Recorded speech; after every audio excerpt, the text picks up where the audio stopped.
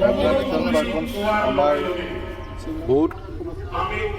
কষ্ট খাটি আমাৰ আগৰ কৰ্মচাৰীবিলাকে আমাৰ ইকতা স্পৰ্টছৰ আৰু অন্য WTI চবেই মিলি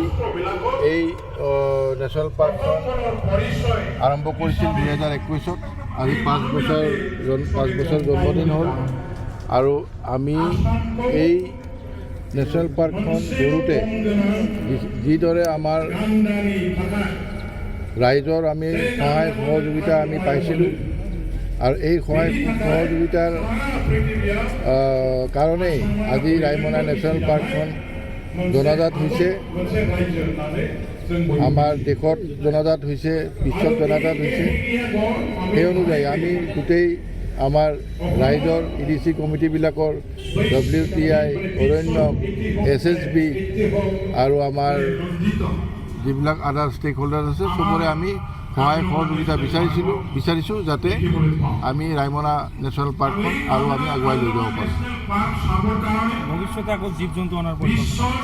ভৱিষ্যতে আমি কথাটো আমি আলোচনা কৰিছোঁ।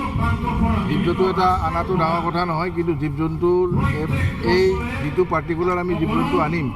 সেই পাৰ্টিকুলাৰ জীৱ জন্তুটো ইয়াতে এডজাষ্ট হ'ব পাৰিব, খোৱা খাদ্য পাব নাপাব সেইবিলাক বহুত বস্তু কনচিডাৰ কৰাৰ পিছত অনা যাব। আৰু যদি আমি সেনেকুৱা চিন্তা কৰোঁ তেতিয়াহ'লে ভৱিষ্যতে আমি ধৰক যিটো কথা আজি মিটিঙতো কোৱা হৈছে, যদি সেনেকুৱা হয় তেতিয়াহ'লে আমি ভৱিষ্যতে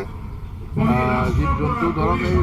ৱাইল্ড বাফেলো বা এনেকুৱা ধৰণৰ কিছুমান জীৱ জন্তু আমি ইয়াতে ইণ্ট্ৰডিউচ কৰিব চেষ্টা কৰিম।